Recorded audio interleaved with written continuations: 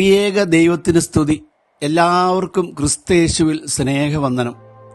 ഇന്നത്തെ ചിന്തയ്ക്കായിട്ടുള്ളത് വിശുദ്ധ ലൂക്കോസിന്റെ സുവിശേഷം 4-ാം അധ്യായം 31 മുതൽ 41 വരെയുള്ളതായ ഭാഗമാണ്. ഇവിടെ ആദ്യവും അവസാനവും കണ്ടുമുട്ടുന്നത് അശുദ്ധാത്മാവ് യേശുവിനെ നേരിടുന്നതാണ്. ഒരിടത്ത് അശുദ്ധാത്മാവ് എഴുന്നേറ്റിട്ട് പറയുന്നു, നീ ഞങ്ങളെ ഉപദ്രവിക്കാൻ എന്തിനു വന്നു? നീ ആരെന്ന് ഞങ്ങൾക്കറിയാം, നീ ദൈവത്തിന്റെ പരിശുദ്ധനാണ് എന്ന്. അവസാന ഭാഗത്ത് നമ്മൾ കാണുന്നുണ്ട്, അശുദ്ധാത്മാക്കള് നീ ഞങ്ങളെ ഉപദ്രവിക്കുന്നത് എന്ത്? നീ ആരെന്ന് ഞങ്ങൾക്കറിയാം, ദൈവപുത്രനാണ് എന്നൊക്കെ പറഞ്ഞ് വിട്ടുപോകുന്നത് നമുക്ക് കാണുവാൻ സാധിക്കും. അച്ഛനിവിടെ ഓർമ്മപ്പെടുത്തുന്നത് അശുദ്ധാത്മാവിന് വരെയും യേശു തമ്പുരാനെ തിരിച്ചറിഞ്ഞു എന്നുള്ളതാണ്. അതായത് യഥാർത്ഥമായിട്ട് ദൈവത്തിന്റെ പുത്രനായ ക്രിസ്തുവാണ്, ഇവൻ മഹാപരിശുദ്ധനാണെന്നുള്ളത് അശുദ്ധാത്മാവിന് മനസ്സിലാകുകയും അത് പരസ്യമായി പ്രഖ്യാപിക്കുകയും ചെയ്യുന്നതായ ഒരു ഭാഗമാണ്.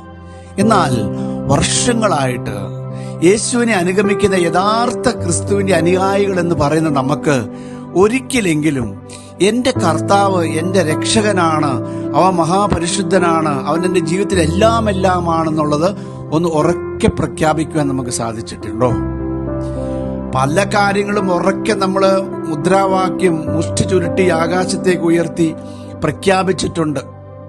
എന്നാൽ യേശുദേവൻ യഥാർത്ഥമായിട്ട് എന്നെ വീണ്ടെടുത്ത ക്രിസ്തുവാണെന്നും അവൻ മഹാപരിശുദ്ധനാണെന്നും ഒരിക്കലെങ്കിലും നെഞ്ചത്ത് കൈവച്ച് പറയാൻ സാധിച്ചിട്ടുണ്ട് എന്ന് ഇവിടെ ചിന്തിക്കേണ്ടിയിരിക്കുന്നു.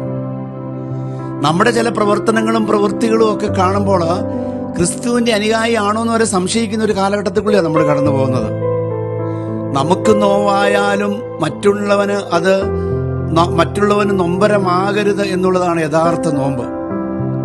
ചില ഭക്ഷണ സാധനങ്ങളെ വെടിഞ്ഞ് ജീവിതം നയിക്കുന്നതും അല്ല നോമ്പെന്ന് പറയണത്.